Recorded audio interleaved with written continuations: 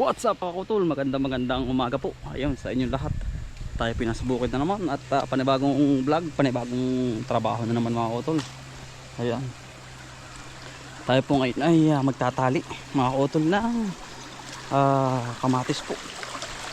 Nandun po si Kuya Carlo mga kutol. Kaparad po ni Paring Silo. Ayan, mga kutol, nandun tayo.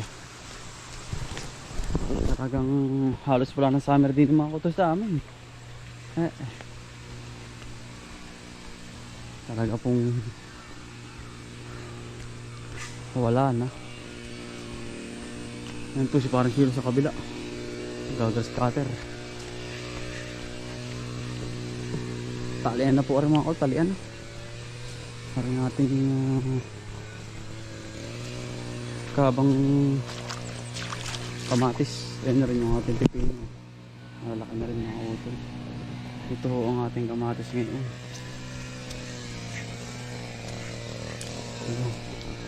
Thank you. At sobrang lalaki po ng mga puno. Ayan. May mga bulaklak na rin tayong nakikita. Ayan. Sobrang lago po niyan mga utol. Pagtatalian na po namin kasi nga ay nababa na halos lahat. Nakakautol na po. Tapos Kuya Carlo sa kabila. Tataba ng puno niyan. 1 month and 4 days mga utol. Simula na transplant natin. Yan, lago na po yan mga utol lahat. Yan. Yan po. Magandang tingnan.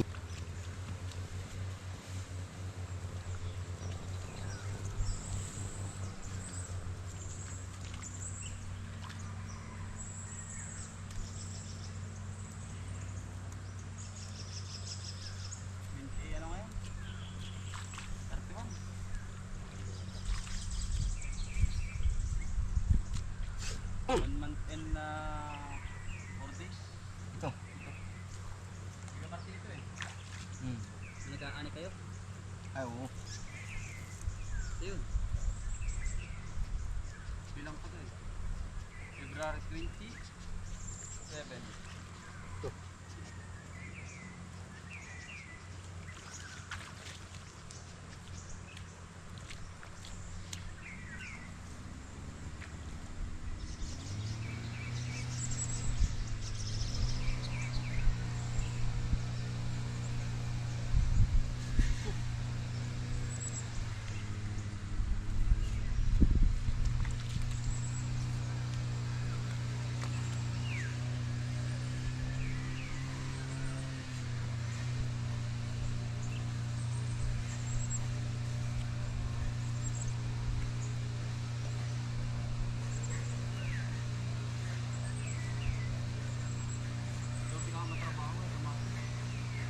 Gawa. Natalo.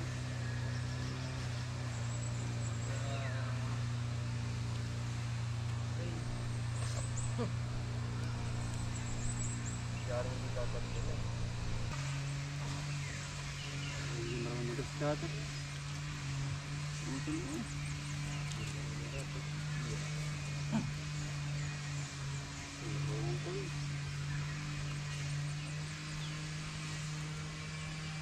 Dati ang pagkaputek. Mag-scatter. Ayun, hindi lang yun yung tatamaan ba?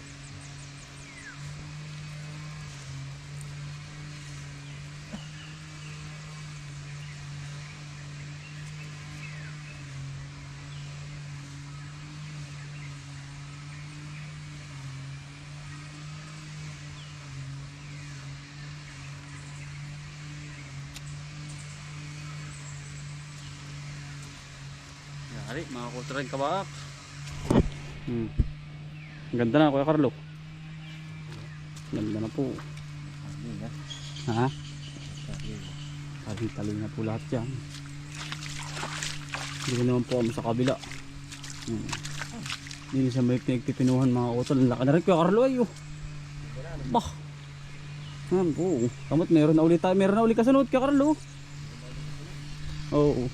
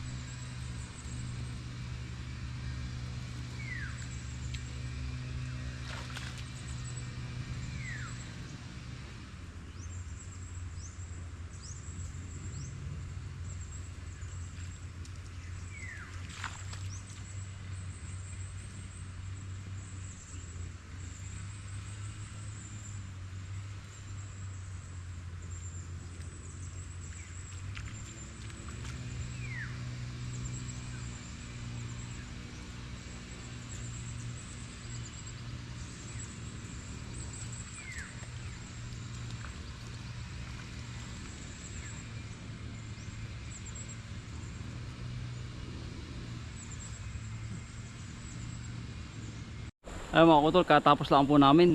Talagang grabe mga kautol yung blessing na binigay talaga. Na halos kasi tayo nga mga kautol ay tumanim ng kamatis ay palusutin ano po. Kumbagay tayo naglakas loob na kung tayo mabubuhay or hindi mga kautol. Ayun ay hindi naman tayo pinabayaan ng ating mahal na Panginoon. Ano po? Na yung tanim natin ay inabot po ng ulan.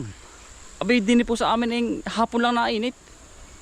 Anong oras ba? Kami ay alas 3 ngayon, alas 3 kanina mga kautol. Ngayon lang uminit ayun po. Yan. Ganda mga kautol. Abay hindi ko po alam mga kautol. Gana rin po pala yung ating kamatis. Kami nagulat. At halos 1 month and 4 days mga kautol. Ayan. Ayan po, papakita ko sa inyo. Ay sobrang kapal mga kautol ng atin pong kamatis. Talagang ang bilis. Hindi ko rin po akalain na kumapal lang ganito. Talaga pong ang bilis na rin pumusag na rin ating kamatis. May nakita na po kanina Ayan po, yan nung lalaki po ng puno. Sobrang dami ng sanga. Siguro ho ay sa panahon mga kautol. Nagtatali kami kanina. Aba ay pagkadami ng bulaklak. Mga pangunahin po. Yan, nakatali na po ito lahat mga kautol. Ayan. Mga pangunahin po yun. Hindi ko na napansin yun kanina. Meron na po kanina nakita ko. Kasunod ng bulaklak. Hindi siya mga kautol niya. Kapag yun ay namulaklak na, kasunod na po niyan, may bunga na. Mga kautol. Saan ko ba nakakita yun? Ang lago po Parang 2 buwan na mahigit Pero wala po. Dito ko ata nakakita yun sa kabila. Sa kabila ko po nakakita yun Anong ganda mga kautol Ayun, ito mga kautol Ayan. Ito po ayan Pero balis po. Ayan Ayan Namunga na agad mga kautol. Ang bilis. 1 buwan lang at 4 na araw. Pero pagkakadami po sanga naman. Yan, isang lanyada po yan mga kautol. Napakaganda po.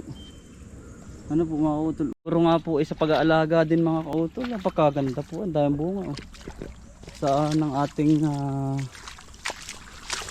pipino. Kamatis. Ayun yung ating pipino naman sa lalim. Ang bilis nga po mga kautol. Sabi ko ba? Ay pagkatuling. Yan po. Panay bulaklak po. Yan. Nakaayos yan mga kautol sa ating halaman. Ito yun naman yung mga net natin sa pipino. Ayun yung pipino natin. Malalaki na rin. Yan po ang kamatis. Ito ay mga kautol. Ito ay kaya nilagyan ko pa rin ng mga balag. Ayan mga kawayan. Yan ho ay kainaman ang itataas mga kautol ng kamatis. Kasi ito, halos kukulangin to. Ito yung balag natin dati sa talong. Kukulangin po mga kautol yan kasi kita ko na po itataas. Ang dami sanga mga kautol. Talagang thank you po sa biyaya na naman mga kautol. Habang tayo namimitas pa doon ay talagang meron pa rin ang kasunod na mga kautol. Sobrang kapal po niyan. Yun hanggang dulo. Lanyado yan mga kautol. Ang dami po niyan. Palusutin pero nakalusot mga kautol. Ano po? Dami po niyan. Yan. Ari ay pipino,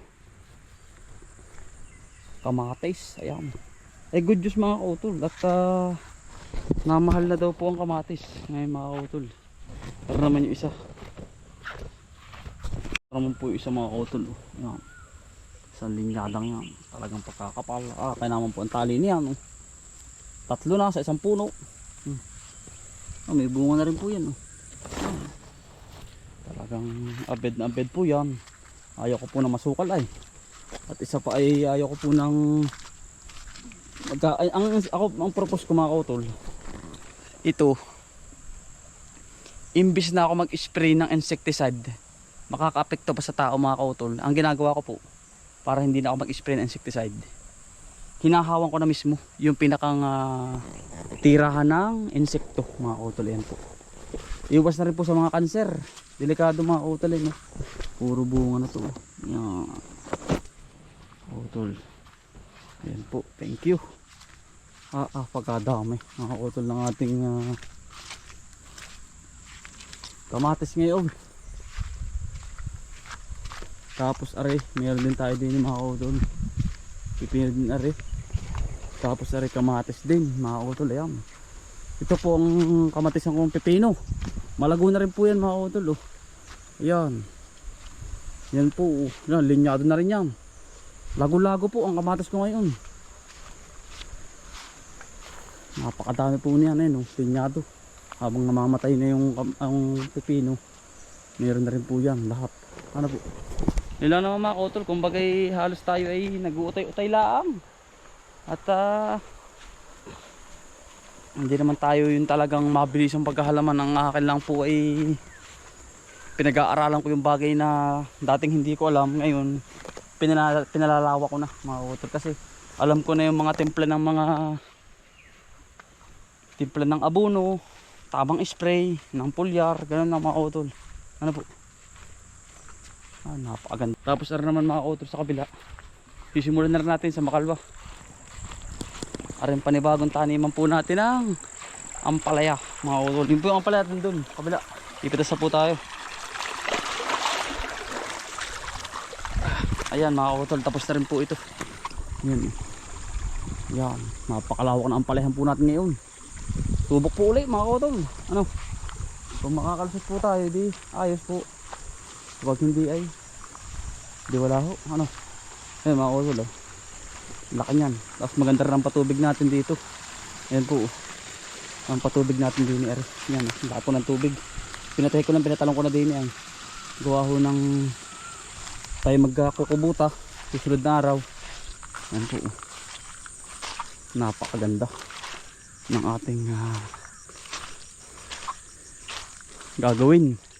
Sisimulan na po uli natin mga kautol ang pinakamalawak na taniman ng pipino, ng ampalaya mga kautol. Ano? Ayan, at atin po aring pinatutuyo-tuyo at sisimulan na po natin. Ayan, tanaw na po ang ating halamanan. Ayun sa kabila yung lahat po yun nating process kung paano tayo